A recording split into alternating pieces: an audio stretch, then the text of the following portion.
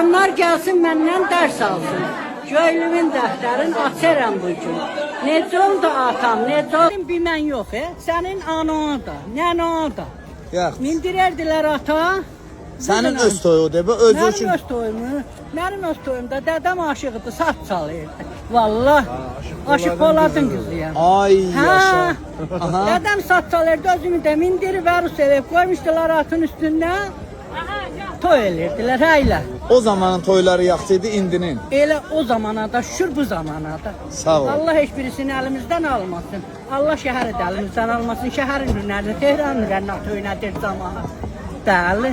Yanacaq uşaqlar gözlür. Nətərdir? İzdivacından da razı idin. Niyə?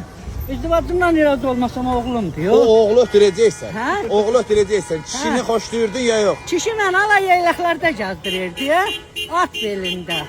Özün sevdin ya elə belə? Elə də sevdim, mən də sevdim. Elə yenə də çox istəyirsən? Çəkdi, ya, çox istəmirəm.